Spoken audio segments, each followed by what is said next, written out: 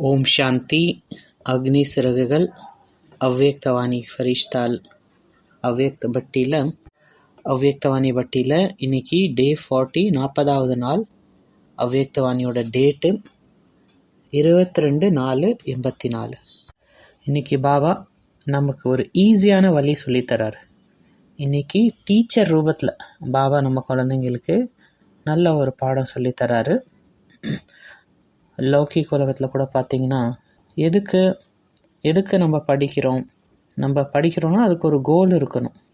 ஏதோ ஒரு விஷயம் செய்கிறோன்னா அதுக்கு ஒரு கோல் இருக்கணும். குழந்தை பருவத்தை அவங்க படிப்புக்காக யூஸ் பண்ணுறாங்க. ஸோ அந்த படிப்புக்கான பர்பஸ் என்னது? எல்லோரும் கொஞ்சம் சிந்தனை பண்ணி பாருங்கள். ஏன் படிக்கிறாங்கன்னா வருங்காலத்தில் ஒரு இன்கம் கிடைக்க, ஒரு நல்ல ஒரு பொசிஷன், நல்ல ஒரு போஸ்ட்டு கிடைக்க, அவங்க லைஃப்பில் செட்டில் ஆகிறதுக்காக அவங்க படிப்பாங்க. இதெல்லாம் டிஃப்ரெண்ட் திங்ஸ். எதுக்காக அவங்க படிக்கிறாங்க? ஸோ வெளி உலகத்தில் எதுவும் சொல்கிறாங்க, நல்ல ஒரு கேரக்டர் வர்றதுக்காக, நல்ல ஒரு பர்சனாலிட்டி வர்றதுக்காக படிப்பாங்க. ஸோ இதெல்லாம் அந்த படிப்பில் நம்ம எதிர்பார்ப்போம். நல்ல ஒரு இன்கம் கிடைக்க, நல்ல ஒரு டிகிரி கிடைக்க, நல்ல ஒரு போஸ்ட் பொசிஷன் கிடைக்க, அது கூடவே நம்ம கேரக்டரும் டெவலப் பண்ணிக்கிறதுக்காக படிக்கிறாங்க. அதே மாதிரி இன்றைக்கி முரளியில் இந்த அவ்யக்தவாணியில் பாபா இதை பற்றி சொல்கிறாரு. வித்தியாசமான படிப்பு இது. இதில் கிடைக்கக்கூடிய பிராப்தியும் ரொம்ப மிக உயர்ந்தது. ஸோ இந்த உயர்ந்த படிப்பு அந்த உயர்ந்த தந்தை யாருக்கு எந்த ஒரு ரூபமும் இல்லையோ அந்த தந்தை நமக்கு இந்த வித்தியாசமான படிப்பை படிக்க வைக்கிறார். யூனிக்கான படிப்பு, ரொம்ப உயர்ந்த படிப்பை படிக்க வைக்கிறார். இந்த முழு முரளியும் அதை பற்றி தான் இருக்குது. அந்த டீச்சரோட மகான்தா என்னன்னா, அவங்க எவ்வளோ அந்த சப்ஜெக்டை ஈஸியாக்க முடியும், அதுதான் ஒரு டீச்சரோட மகான்தா. அதை வச்சு நம்ம தெரிஞ்சுக்கலாம் அந்த டீச்சர் எவ்வளோ கிரேட்டுன்னு. ஸோ அதே மாதிரி இன்றைக்கி முரளியை நீங்கள் பாருங்கள். நம்ம இந்த முரளியை பார்க்கும்போது நம்ம பாபாவோட அந்த டீச்சரோட மகான்தாவை பார்க்க முடியும். அவர் எவ்வளோ காம்ப்ளிகேட்டடான விஷயத்தை ஈஸியாக்குறார். அதை ரொம்ப சிம்பிள் கான்செப்டாக மாற்றிடுறார். உலகத்தில் புரியாத விஷயத்த கூட பாபா நமக்கு ஈஸியாக்கிறார். அதை இன்னும் சிம்பிளாக்க பாபா சொல்கிறாரு, இந்த 3 வார்த்தையை மட்டும் ஞாபகம் வச்சுக்கோங்க. இந்த முழு உலகத்தின் ஞானத்தை பாபா நமக்கு ஈஸியாக கொடுக்குறார். 3 வார்த்தையில் தரார். அதுதான் நம்ம டீச்சரோட ஸ்பெஷாலிட்டி. அதுதான். ஏன்னா அவர் உயர்ந்ததுலேயும் உயர்ந்த டீச்சர். ஸோ பாபா இந்த முரளியை எப்படி ஸ்டார்ட் பண்ணுறாரு? அவர் ஆன்மீக தந்தை, அவருக்கு எந்த ஒரு இமேஜும் கிடையாது. ஸோ அதே மாதிரி நம்ம குழந்தைங்களும் எப்படி இருக்கும், நம்ம யார், எதுக்காக இருக்கோம், நம்மளும் ஆன்மீக குழந்தைங்க, நம்மளும் ஆத்மாக்கள். ஸோ அந்த பரமாத்மா ஆத்மாக்களை பார்த்து பேசுகிறார். அவர் உடலை பார்த்து பேசுகிறதில்ல. ஸோ அதான் பாபா இங்கே சொல்கிறார். ஸோ பாபா இன்றைக்கி ஒவ்வொரு ஆத்மாக்களையும் பார்க்குறாங்க. எவ்வளோ நீங்கள் உங்களுக்குள்ளார ஆன்மீக சக்தியை சேமிச்சிருக்கீங்க, எவ்வளோ உங்கள் சக்தியை அதிகரிச்சிருக்கு, அதுதான் பாபா நம்மள்ட்ட இன்றைக்கி பார்க்குறாரு. அப்புறம் என்ன செக் பண்ணார் பாபா? பாபா நம்மளை குஷியின் சொரூபமாக பார்த்தாரு. எவ்வளோ நம்ம சந்தோஷத்தின் சொரூபமாக இருக்கோம், அது நம்மளோட ஆன்மீக சக்தியை காமிக்குது. பாபா நம்ம எல்லா குழந்தைங்களுக்கும் இந்த ஆஸ்தி கொடுத்துருக்காரு. என்ன ஆஸ்தி கொடுத்துருக்காரு? அழிவில்லாத குஷி கொடுத்துருக்காரு. ஏதோ டெம்பரவரி குஷி இல்லை, அழிவில்லாத குஷி கொடுத்துருக்காரு. அதுவும் அன்லிமிட்டடாக கொடுத்துருக்காரு. அது நம்மளுடைய பிறப்புரிமை. குஷி என்னுடைய பிறப்புரிமை. அதில் பாபா எந்த ஒரு லிமிட் வைக்கல. அவர் அன்கண்டிஷ்னலாக நம்ம எல்லாருக்கும் கொடுக்குறாரு. பாபா நம்மள்கிட்ட கொடுத்துட்டாரு. ஆனால் நான் எந்த அளவு அதை ரிசீவ் பண்ணியிருக்கேன் அதை பாபா செக் பண்ணுறாரு. ஸோ எந்த அளவு அதை நான் என் லைஃப்பில் கொண்டு வந்திருக்கேனோ அந்தளவு நான் அதோட சொரூபமாக இருக்கேன். நான் முழுமையாக எல்லாத்தையும் எடுத்துக்கிட்டேன்னா இல்லை கொஞ்சமாக தான் எடுத்திருக்கேன்னா, எவ்வளோ நான் பாபாட்டேருந்து எடுத்திருக்கேனோ அதன் அடிப்படையில் நம்ம ஆன்மீக சக்தி இருக்கும். இப்போ பாபா இங்கே சொல்கிறாரு, பாபா எல்லாருக்கும் ஒரே மாதிரியாக தான் ஆஸ்தி கொடுக்குறாரு. ஆனால் நம்ம அதை எப்படி எடுக்கிறோம், நம்மளுக்கு அதை டைஜஸ்ட் பண்ண எவ்வளோ சக்தி இருக்கோ அது அடிப்படையில் நம்ம எடுக்கிறோம். ஒவ்வொரு பாயிண்ட்டும் எவ்வளோ நம்ம தாரணையில் கொண்டு வரோமோ அவ்வளோக்கு அவ்வளோ நல்லது. ஸோ பாபா நமக்கு சொல்கிறார், நீங்கள் அமைதி சுரூபமான ஆத்மான். ஆனால் நம்ம அந்த அளவு எக்ஸ்பீரியன்ஸ் பண்ணுறோமோ? சில பேர் முழு நாளும் அமைதியாக இருக்காங்க, ஆனால் சில பேர் ஃப்ளக்சுவேஷன் ஆகுறாங்க. சில நேரம் நல்லா இருக்காங்க, சில நேரம் ரொம்ப டிஸ்டர்ப் ஆகிடுறாங்க, அமைதி இல்லாமல் இருக்காங்க. இல்லை 1 மணி நேரம் அமைதியாக இருக்காங்க, அதுக்கப்புறம் பீஸ்லெஸ் ஆகிடுறாங்க. இதெல்லாம் எவ்வளோக்கு எவ்வளோ நம்மளோட தாரணை சக்தியில் அடிப்படையில் தான் இருக்குது. ஆனால் பாபா நமக்கு எல்லாத்தையும் கொடுத்துட்டார். அதை நான் எவ்வளோ என் லைஃப்பில் கொண்டு வரணும் திருடத்தா மூலியமாக, அதன் அடிப்படையில் என்னோடய பொக்கிஷம் இன்னும் அதிகமாகிட்டே போகும். அடுத்து பாபா என்ன சொல்கிறாரு, நீங்கள் எல்லோரும் நல்லா அனுபவி ஆகிட்டீங்க. இப்போ எதில் அனுபவி ஆகிட்டீங்க? எந்த விஷயத்தில் நீங்கள் எல்லோரும் நல்லா அனுபவி குழந்தை ஆகிட்டீங்க? பாபாட்ட வந்ததுக்கப்புறம் நான் என்ன அனுபவம் பண்ணேன்? உண்மையான ஞானத்தை அனுபவம் பண்ணியிருக்கோம். வேற என்ன அனுபவம் பண்ணோம்? ஆத்மாவுடைய குணங்களை அனுபவம் பண்ணியிருக்கோம். ஸோ பாபாட்டேருந்து அந்த ஞானம் கிடைக்கும்போது நான் அமைதியான ஆத்மா, நான் ஒரு குஷியான ஆத்மா. ஸோ இதெல்லாம் நம்ம அனுபவம் பண்ணுறோம். விதவிதமான குணங்கள், விதவிதமான சமமான பாபா நமக்கு கொடுத்துருக்காரு, அதெல்லாம் நம்ம அனுபவம் பண்ணுறோம். இப்போ பாபா என்ன சொல்கிறார், நம்ம நல்லா அனுபவி ஆத்மாவாயிட்டோம். ஏன்னா நம்ம பாபாவை தெரிஞ்சுக்கிட்டோம். நம்ம பாபாவை தெரிஞ்சுக்கிட்டோன்னா எல்லாத்தையும் தெரிஞ்சுக்கிட்ட மாதிரி. ஏன்னா அவர் தான் அந்த கிரியேட்டர். ஒன்ஸ் நம்ம கிரியேட்டரை தெரிஞ்சுக்கிட்டோன்னா அதுக்கப்புறம் அதுக்கு கீழே உள்ள கிரியேஷன் அது எல்லாமே ஆட்டோமேட்டிக்காக தெரிஞ்சுக்கலாம். அந்த இறைவனை தெரிஞ்சுக்கும் போது நம்ம முழு படைப்பையும் தெரிஞ்சுக்கலாம். அதனால் பாபா என்ன விரும்புகிறாரு, நம்ம அவர் அன்பில் மூழ்கி இருக்கணும், அந்த லகனில் மகனாக இருக்கும். ஸோ அந்த அன்பில் மூழ்கி இருக்கும்போது என்ன ஆகும்போது, அவர் நினைவில் இருக்கும்போது, பாபா கூட அந்த அன்பான கனெக்ஷன் இருக்கும்போது என்னாகும், அது நமக்கு பாலனை கொடுக்கும். ஏன்னா பாபா கூட நம்ம கனெக்ஷன் இருக்கும்போது என்னாகும், அவருடைய குணங்கள், சக்திகள் எல்லாம் நமக்குள்ளார வர ஆரம்பிக்கும். பாபாவோட அந்த ப்ரெசன்ஸ், அந்த எனர்ஜியை நம்ம ஃபீல் பண்ண முடியும். நம்ம பாபாவோட கம்பெனியில் இருக்கிற மாதிரி ஃபீல் ஆகும். அப்போ ஆட்டோமேட்டிக்காக அந்த குஷி, அந்த அமைதி அதெல்லாம் நமக்கு அனுபவமாகும். ப்ளஸ் பாபா நமக்கு பாலனை பண்ணுறதும் அனுபவமாகும். பாபாவோட அந்த பாசிட்டிவ் ஸ்பிரிச்சுவல் எனர்ஜி அனுபவமாகும். அதனால் பாபா அதை தான் விரும்புகிறார்.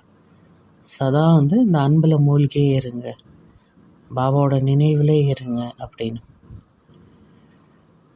அப்போ நமக்குள்ளார அந்த குணங்கள், அந்த சக்திகள்லாம் வளர ஆரம்பிக்கும்.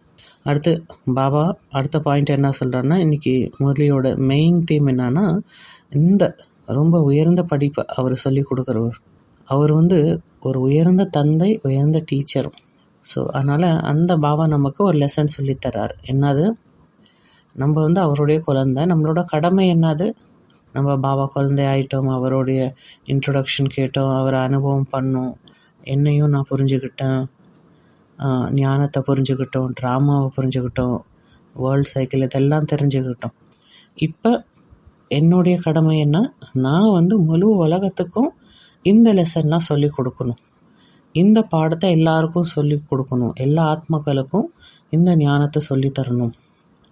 இந்த என்ன லெசன் சொல்லித்தரணும், எல்லாருக்கும் என்ன லெசன் சொல்லி கொடுக்கணும், என்ன பாடம் சொல்லி கொடுக்கணும்.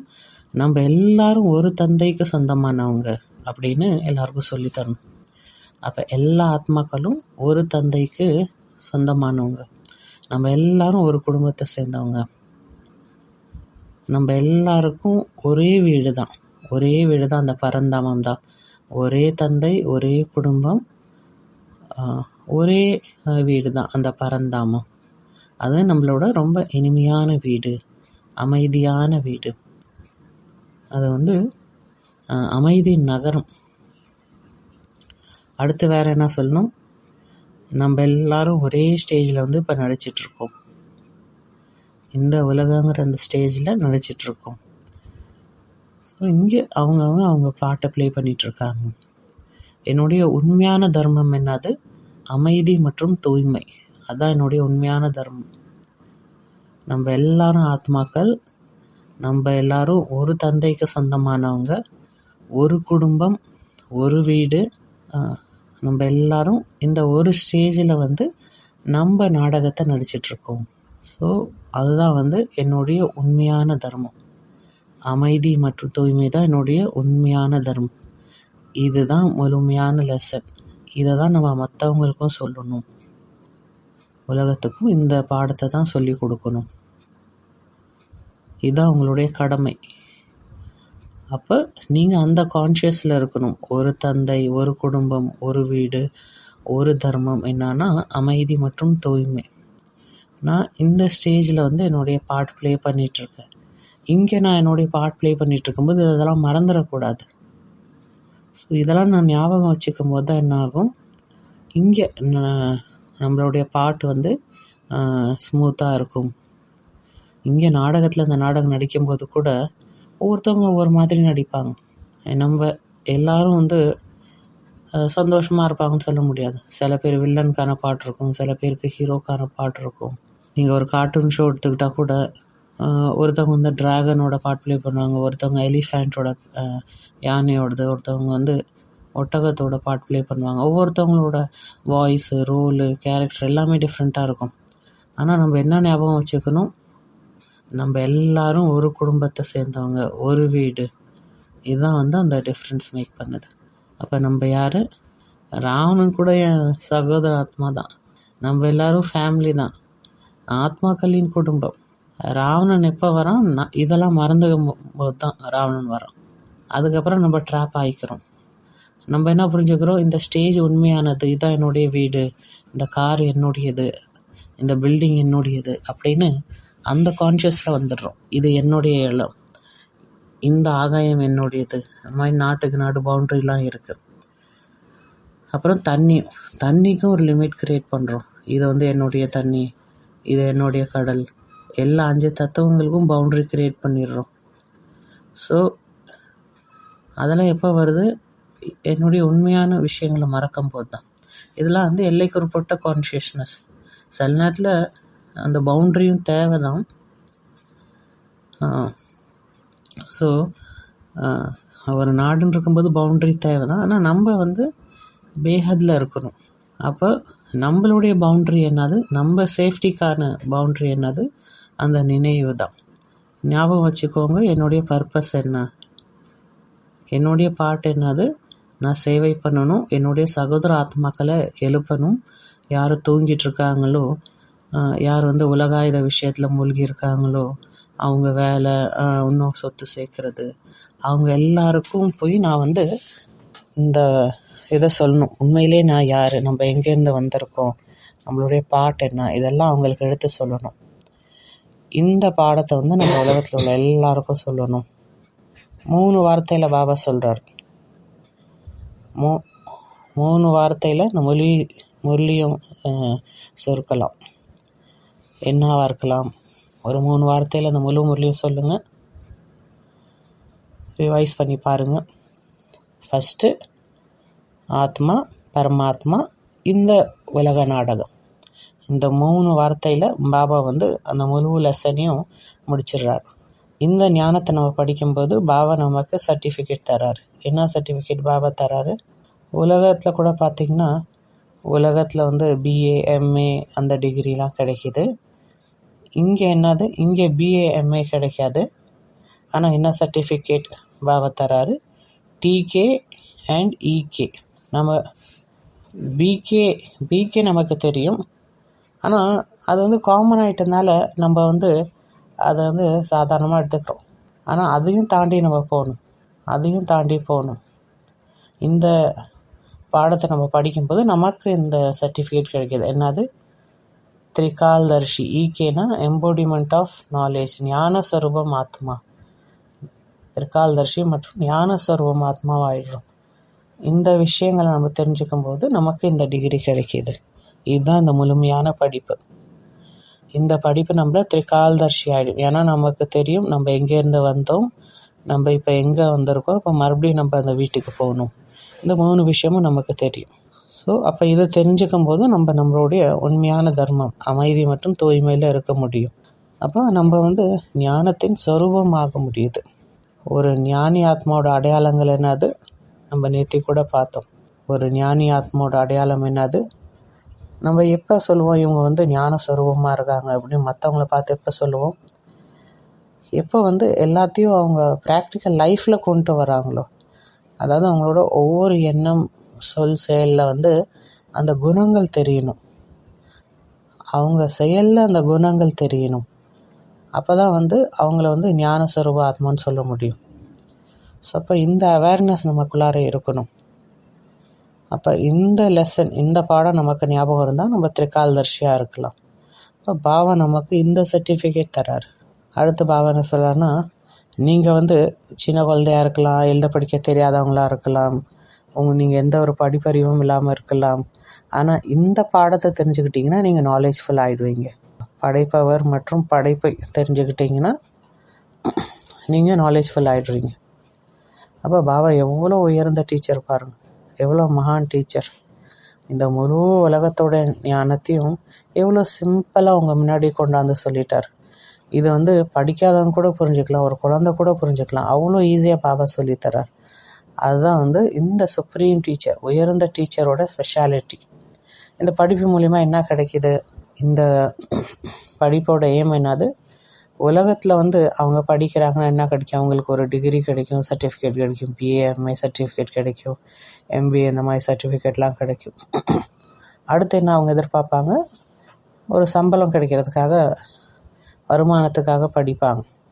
அவங்க குடும்பத்தை ஓட்ட, அவங்க பேரண்ட்ஸை நடத்த, அவங்க மனைவி குழந்தைங்களை நடத்த அவங்க வந்து படித்து வேலைக்கு போவாங்க ஒரு இன்கம் வர்றதுக்காக. ஆனால் இந்த படிப்பு மூலிமா என்ன ஆகுது? இந்த படிப்பின் மூலியமாக நம்ம திரிகால்தர்ஷி மற்றும் ஞான ஸ்வரூப ஆத்மாவை ஆக்குறோம்.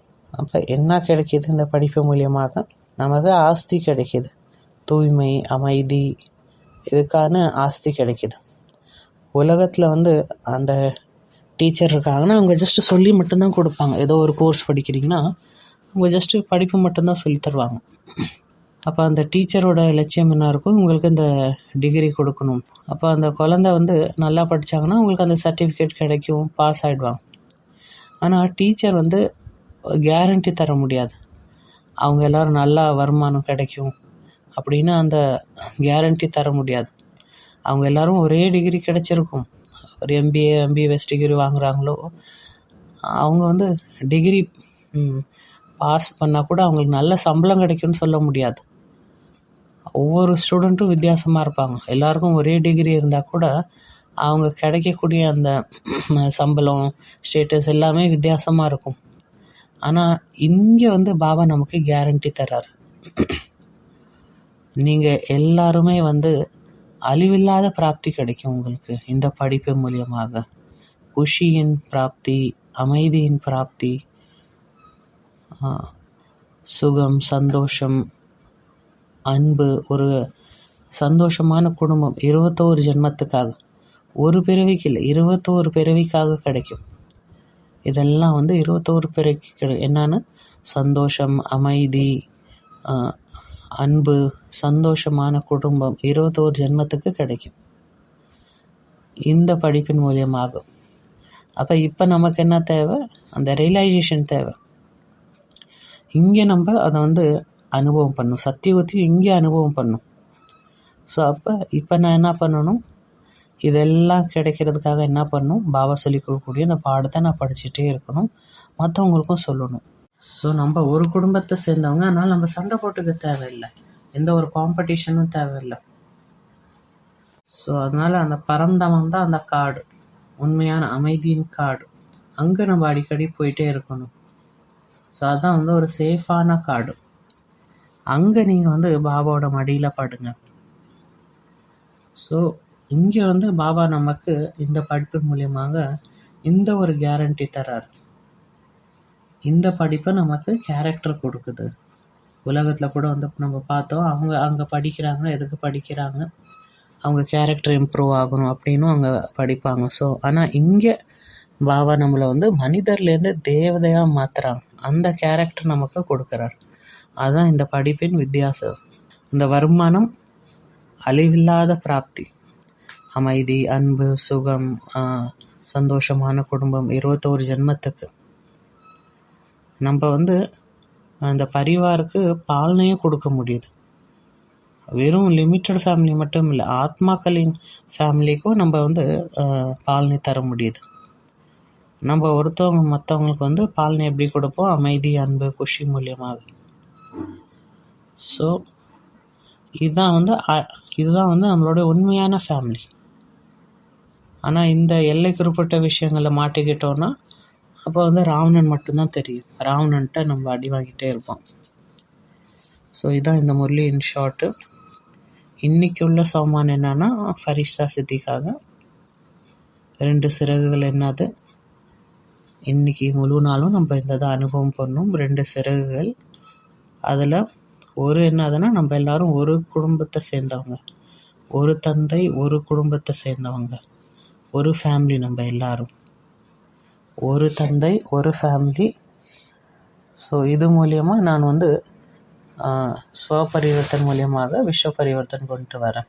ஸோ அந்த 2 சிறகுகள் என்னது, நான் வந்து ஒரு சிறகுகள் வந்து நம்ம எல்லாரும் ஆத்மாக்கள், ஒரு தந்தை, ஒரு குடும்பத்தை சேர்ந்தவங்க. 2வது சிறகு வந்து ஸ்வபரிவர்த்தன் மூலியமாக நான் விஸ்வ பரிவர்த்தன்